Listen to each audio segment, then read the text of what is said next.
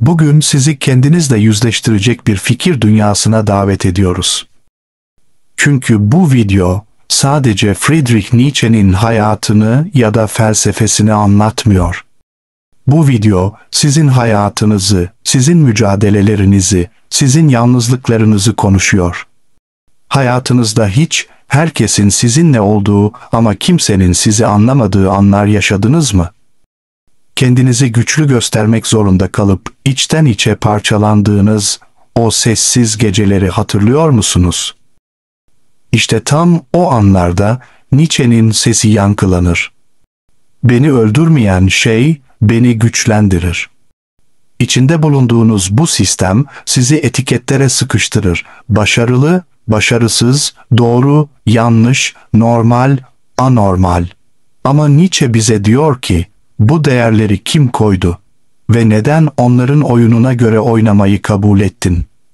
Bu video boyunca onu sadece bir filozof olarak değil, bir isyanın, bir uyanışın, bir içsel devrimin sesi olarak dinleyeceksiniz.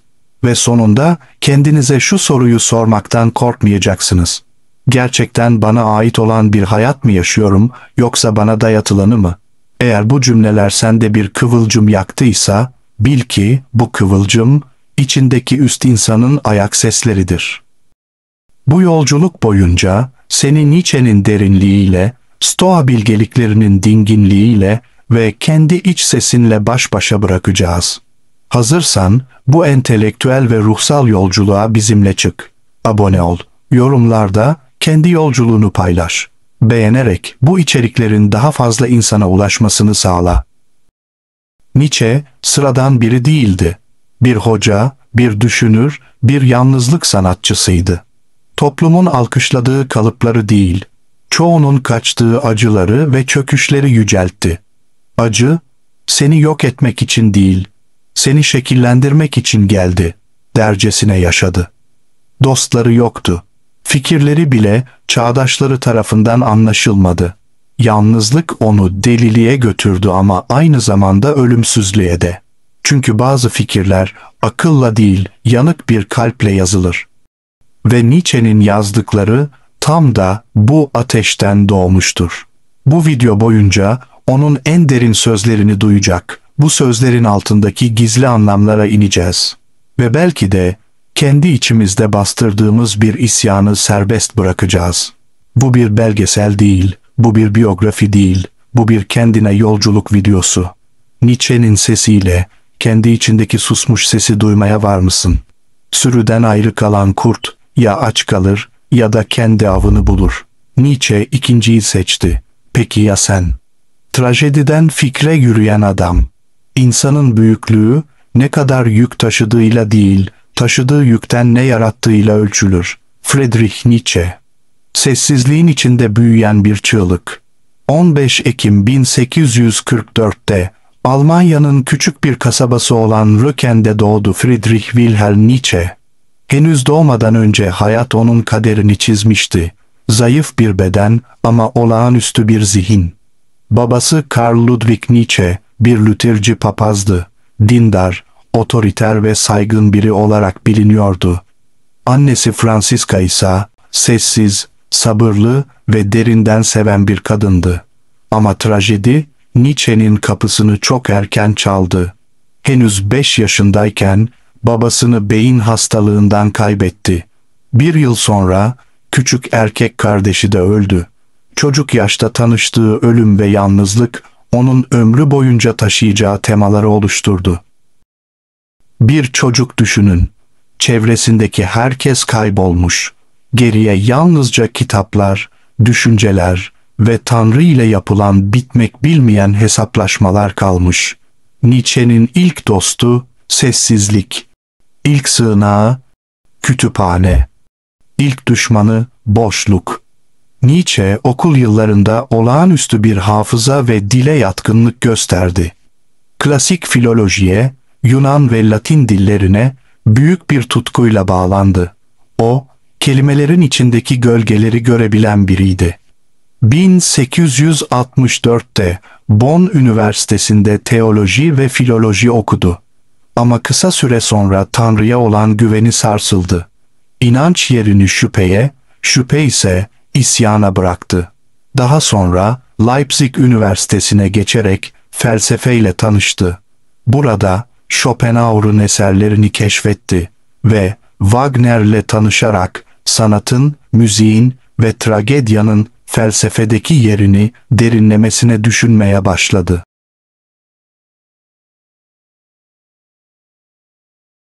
Henüz 24 yaşında Basel Üniversitesi'nde filoloji profesörü oldu.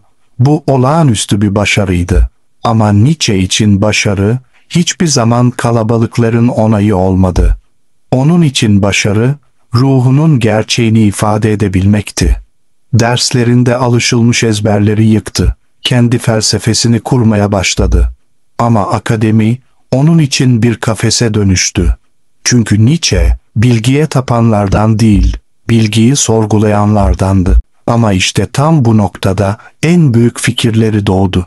Düşün, herkesin dışladığı bir adam, yalnız kaldığı bir dağ evinde kalemiyle Tanrı'yı öldürüyor.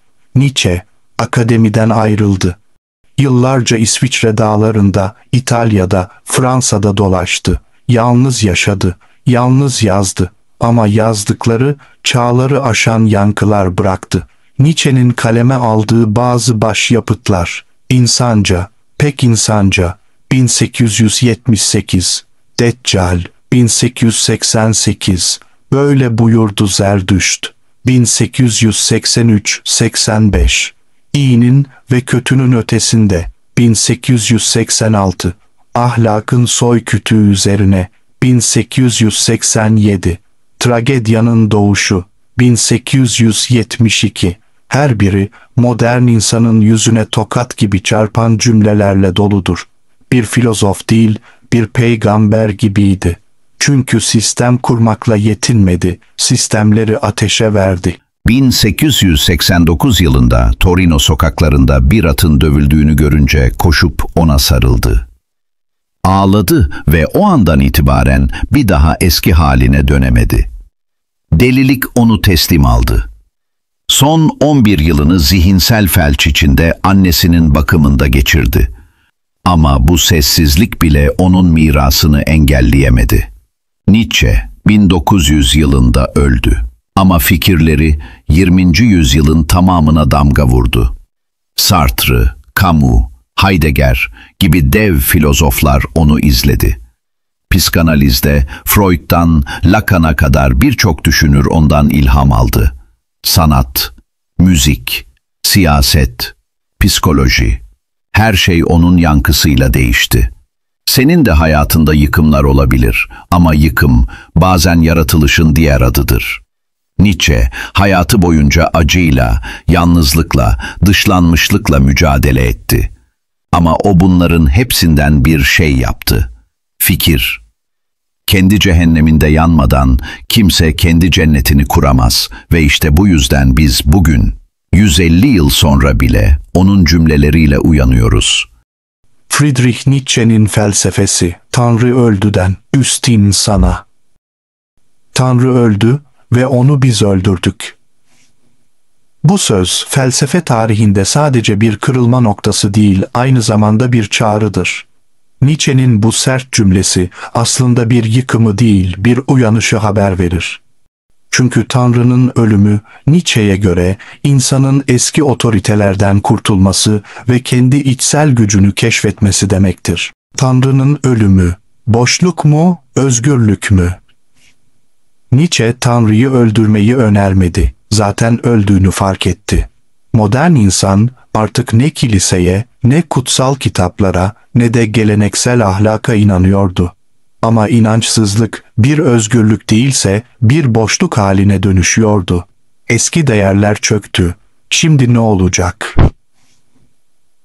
İşte Nietzsche tam burada devreye girer ve der ki, boşluğa düşme, boşluktan yeni değerler yarat. Bu yaklaşım, Stoacı filozofların her şey elimizden alınsa bile tutumumuz bize kalır anlayışıyla paralellik gösterir. Marcus Aurelius'un şu sözünü hatırla, bir insanın başına gelenler onun iradesini kontrol etmediği sürece onu esir edemez. Nietzsche'de de bu vardır. Dış otorite çökse de kendi içsel değerlerini yaratabilen birey özgürdür. Ahlakın eleştirisi, köle ahlakı ve efendi ahlakı.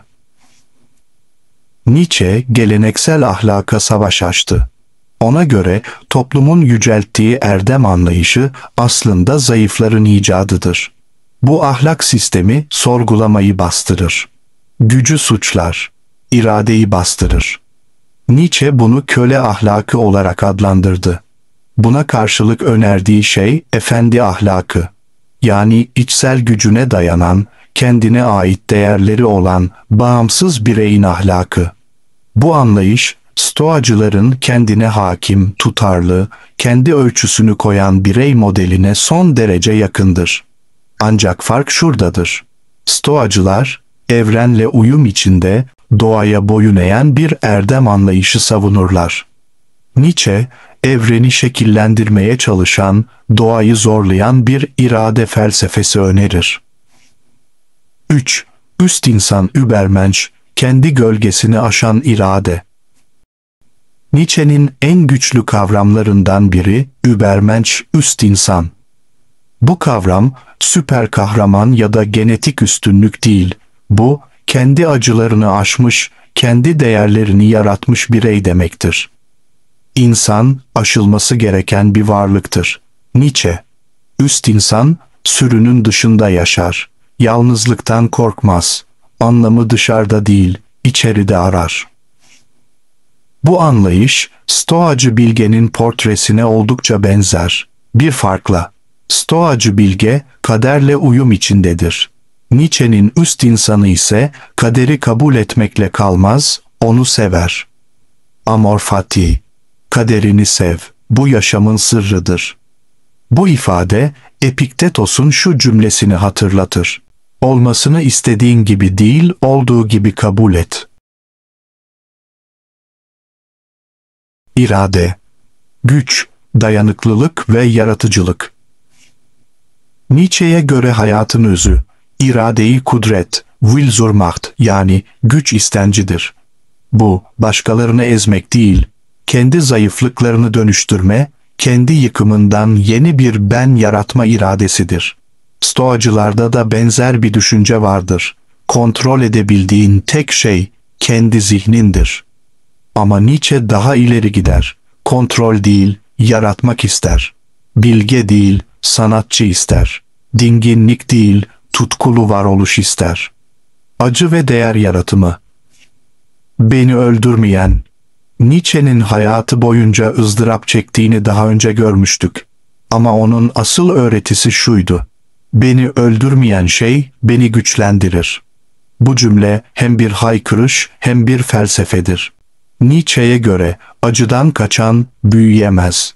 Konfor zihni köreltir.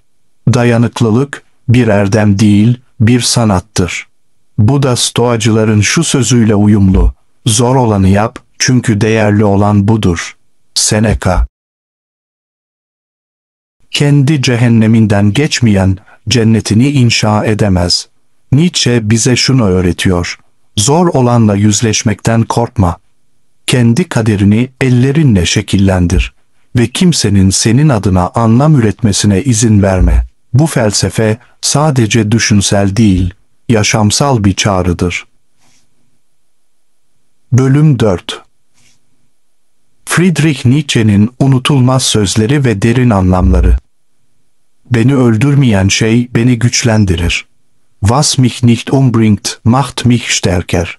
Bu söz, Nietzsche'nin acı karşısındaki duruşunu özetleyen ve bugün tüm dünyada bilinen en meşhur aforizmalarından biridir. Nietzsche'ye göre acı kaçılması gereken bir bela değil, bir içsel yeniden doğuş fırsatıdır. Acı zayıfı ezer ama güç arayanı yeniden yoğurur. Bu Stoacı filozof Seneca'nın şu sözüyle yankılanır. Sıkıntı, karakterin taşını yontan heykeltıraştır. Bu söz, bugün motivasyon konuşmalarında, spor salonlarında, terapi odalarında karşımıza çıkar. Ama aslında çok daha derindir. Nietzsche diyor ki, eğer hayat seni yere serdiyse, oradan başka bir ben olarak kalk. Tanrı öldü ve onu biz öldürdük. Gott ist tot und wir haben ihn getötet. Bu cümle felsefe tarihinde büyük bir kırılmadır. Ama bu bir din karşıtlığı değildir. Bu, mutlak otoritenin sorgulanmadan kabul edilen tüm hakikatlerin eleştirisidir. Tanrı'nın ölümü, bireyin artık hiçbir dış dayanak olmadan kendi yaşamına anlam vermesi gerektiği anlamına gelir. Nietzsche şunu sorar: Tanrı'nın öldüğü bir dünyada sen hangi değerle yaşayacaksın? Stoacılık burada farklı bir yol izler. Stoacılar, doğanın logosuna, evrensel düzene inanır. Nietzsche ise doğanın düzenini yıkıp yeniden yaratılmasını ister. Ama ikisi de aynı soruyu sorar: kendi rehberin kim olacak? İnsan aşılması gereken bir varlıktır. Der Mensch ist etwas, das überwunden werden soll. Nietzsche'ye göre insan henüz tamamlanmamış bir geçiş formudur. Hayvanla üst insan arasında evrimsel bir köprüdür. Nietzsche insanı olduğu haliyle yetersiz bulur. Topluma uyum sağlayan, sıradan, alışkanlıklarına hapsolmuş bir insan değil, kendi gölgesini aşabilen bir birey ister. Bu, Epiktetos'un kendine karşı zafer kazanan en büyük galibiyettir sözünü anımsatır. Bugün kişisel gelişim kitaplarının çoğu bu felsefenin türevini anlatır. Kendini aş, konfor alanını terk et ve dönüş. Ama Nietzsche'nin sözü sadece davranışsal değil, varoluşsal bir değişimi talep eder. İnsanca, daha çok insanca. Menschliches, also Menschliches. Bu aynı zamanda Nietzsche'nin kitaplarından birinin adıdır ve insan doğasının çelişkileriyle, zaaflarıyla, tutkularıyla yüzleşme çağrısıdır. İnsan bazen büyük ideallerin peşinden koşar ama küçük çıkarlar için her şeyi terk eder. Nietzsche bu kitabında insanların kendi zayıflıklarıyla dürüstçe yüzleşmesini önerir. Stoacılar da duyguların doğasını anlamayı ve yönetmeyi öğütler. Nietzsche bu sözle mükemmelliği değil, samimi, içten ve yüzleşmiş bir benliği öne çıkarır. Maskelerin arkasına saklanmak en büyük sahtekarlıktır. Nietzsche açıkça ifade etmese de bu düşünce onun eserlerinin temelinde sıkça görülür. Toplumun koyduğu rollere, ünvanlara, iyi vatandaş kalıplarına savaş açar. Ona göre birey, toplumun kendisine taktığı maskelerle gerçek benliğini kaybeder. Bu, Marcus Aurelius'un şu sözünü hatırlatır: kendine yabancılaşan bir zihin her şeyini kaybetmiş demektir. Bu çağrı, bugünün sosyal medya çağında da çok geçerli. Gerçek seni mi yaşıyorsun, yoksa izlenme sayısı uğruna başkasının yansıması mısın? Hayat, cesurları sever. Nietzsche bu sözü doğrudan söylememiştir ama tüm yazdıkları bu düşünceyi taşır. Güç, sadece fiziksel değil, ruhsal cesarettir. Kendi yalnızlığına, anlamsızlığına, acına göğüs germek bir cesaret işidir. Stoacılar der ki, korkuların üzerine git, çünkü korkunun ötesinde özgürlük vardır. Nietzsche'ye göre hayatı bekleyen değil, ona saldıran kazanır. Sürü psikolojisi iradenin mezarıdır. Nietzsche sık sık insanların çoğunluğa uyma eğilimini eleştirir. Ona göre çoğunluk, düşünmekten kaçanların kalabalığıdır. Nietzsche için en büyük tehlike, bağımsız düşünememek ve toplumun değerlerini kendi değerlerin zannetmektir. Stoacı Epiktetos da şöyle der: sürüden geleni sorgulamadan kabul etme, aklını kullan.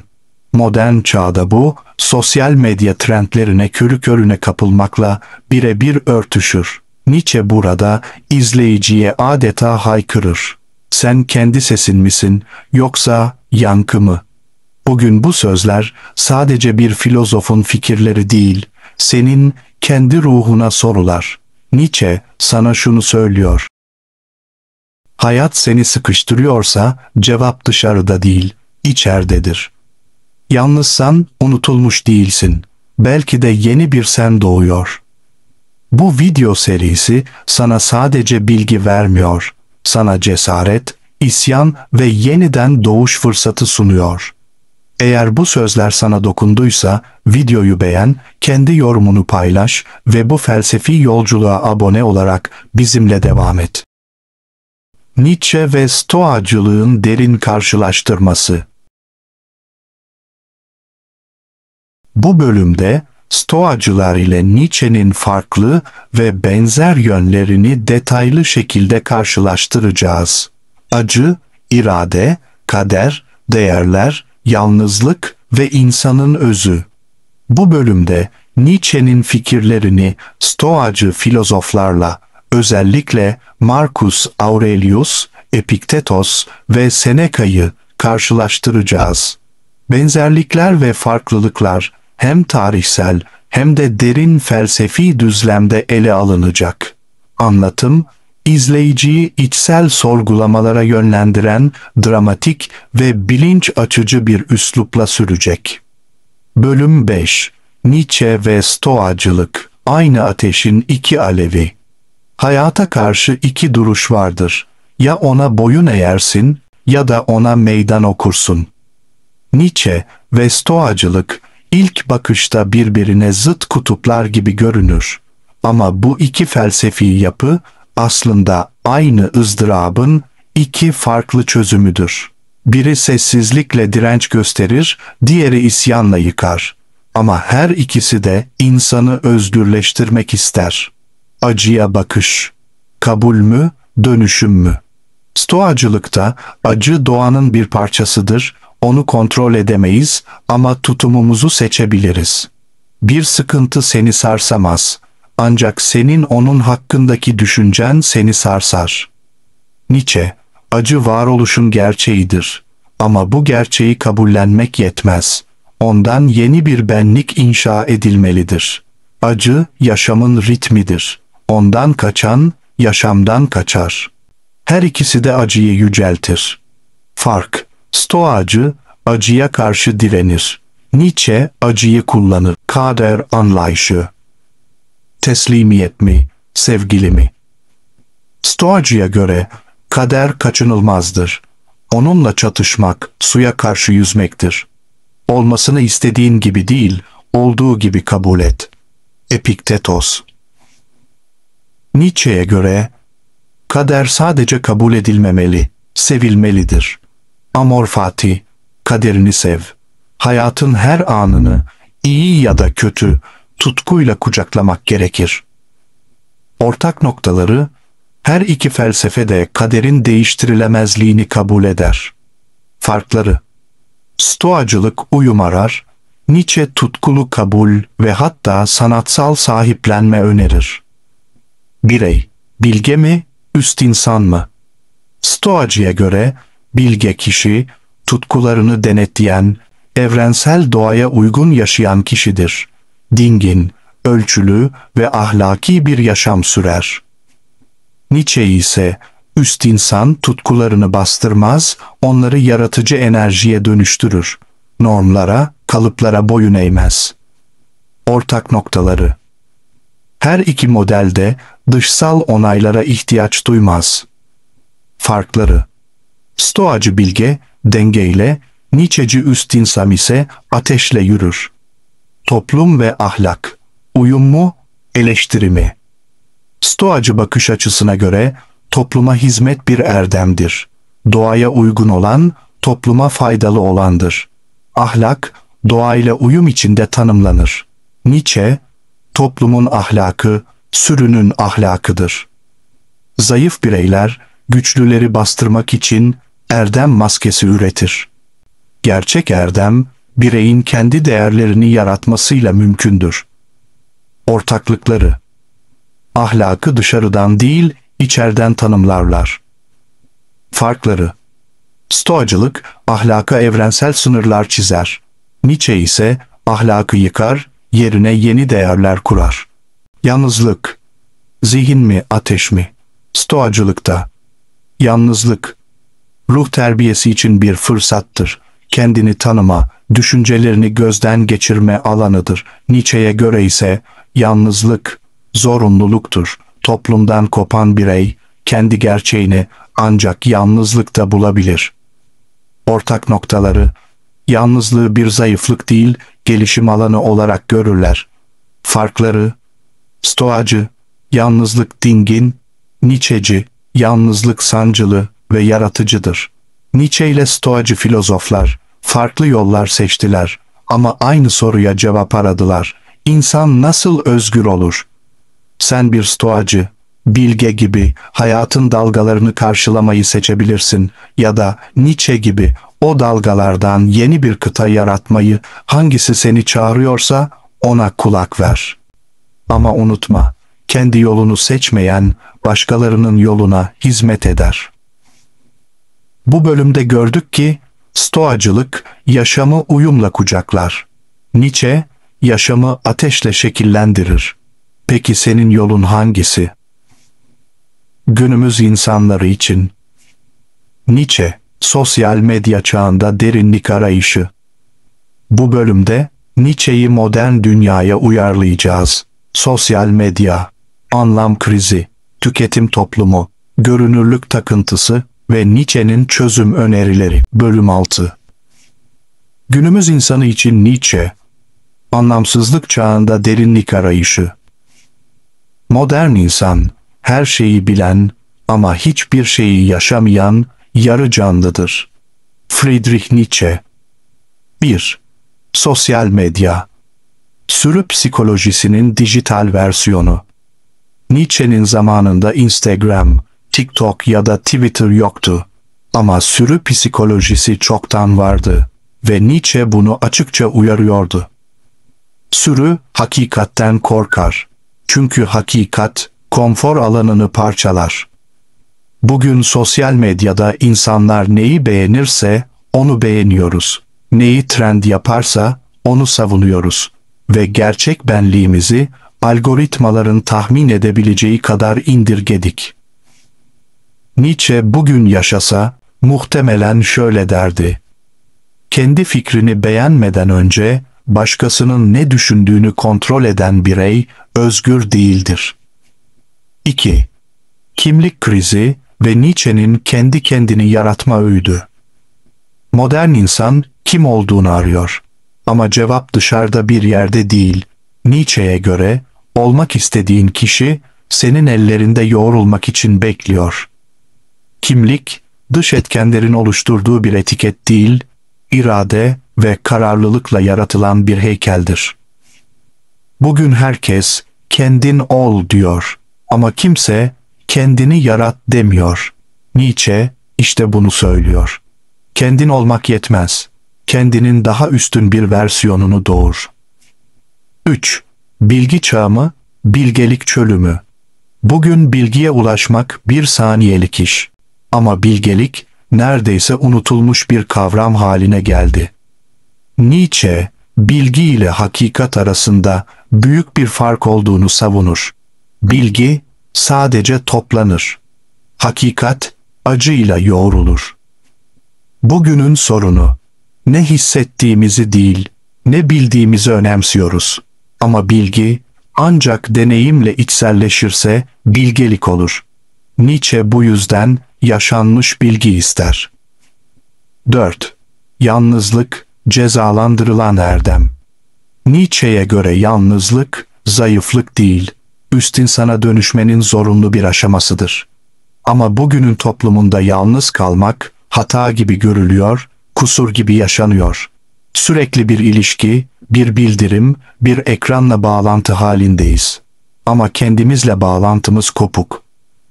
Nietzsche der ki, kimse seni anlamıyorsa, bu senin yanlış olduğunu göstermez. Belki de çok erkencisin. Stoacı Marcus Aurelius da şöyle der: kendine dönen ruh, en güçlü ruhtur. 5. Özgürlük. Tüketimle değil, anlamla kazanılır. Modern sistem, özgürlük vaadiyle gelir. Ama bu özgürlük, daha çok tüketme özgürlüğüdür. Nietzsche bu sahte özgürlükleri reddeder. Özgürlük, başkalarının zincirinden kurtulmak değil, kendi zincirini kırmaktır. Bugün özgürlük adı altında harcarken, aslında kendimizi daha fazla borçlandırıyoruz. zihinsel olarak, ruhsal olarak, finansal olarak. Nietzsche bize şunu sorar: gerçekten özgür müsün, yoksa sadece zincirlerinin renklerini mi değiştirdin? Nietzsche'nin çağrısı bugüne sesleniyor. Zincirlerini tanı, korkularını kabul et ve onları geçerek gerçek benliğini doğur. Bugünün gürültüsünde sesini kaybetmişsen, kalabalıkların içinde görünmez olmuşsan, yalnız kalmaktan korktuğun için kendinden vazgeçmişsen, şunu unutma: üst insan önce kendini kaybeder, sonra yeniden doğar. Bu video senin için bir çağrıysa, kendine gel, kendini yeniden yarat ve Nietzsche gibi kendi kaderini sev. Nietzsche'den hayat dersi: içindeki üst insanı uyandır. Üst insan bir hedef değil, bir yönelimdir. Bu video boyunca Nietzsche'nin hayatını gördük, acılarına tanık olduk, felsefesini ve isyanını dinledik. Stoacılıkla dans eden fikirlerine dokunduk ve en önemlisi, kendimize dönüp baktık. Şimdi sıra sende. Nietzsche bugün yaşasaydı ne derdi? Belki şöyle seslenirdi: kendine acımayı bırak, hayat sana değil, sen hayata karşısın ve o karşı duruşta kim olduğunu bulacaksın. Belki de derdi ki, sonsuz bir yalnızlıktan korkma, çünkü yalnızlıkta doğan fikirler tüm kalabalıkları değiştirebilir. Ve belki en önemlisi şunu söylerdi: üst insan başka bir yerde değil, senin içinde unutulmuş bir ihtimal olarak bekliyor. Üst insan ne demek? Her gün aynı rutini kırma cesaretidir. Kendine sorduğun rahatsız edici sorulara dürüstçe cevap vermektir. Ben böyleyim cümlesine savaş açmaktır. Ve en önemlisi, her sabah dünkü kendini aşmaya karar vermektir. Modern çağda üst insan olmak. Bu çağda üst insan olmak, kalabalığa karşı yürümek demektir. Herkes görünür olmak isterken anlamlı olmayı seçmek. Herkes onay beklerken içsel bir sesle hareket etmek. Herkes ezber konuşurken özgün düşünmek. Herkes daha fazlasını isterken kendine neden diye sormak. Kendi yıkımının üzerine oturmuş bir saray inşa et. Çünkü gerçek gücün temeli çatlamış ruhunun taşlarıdır. Bu seriyi izlemek sadece bilgi edinmek değildi. Bu bir aynaya bakmaktı. Ve şimdi o aynadan son bir soru geliyor. Sahi sen gerçekten yaşıyor musun?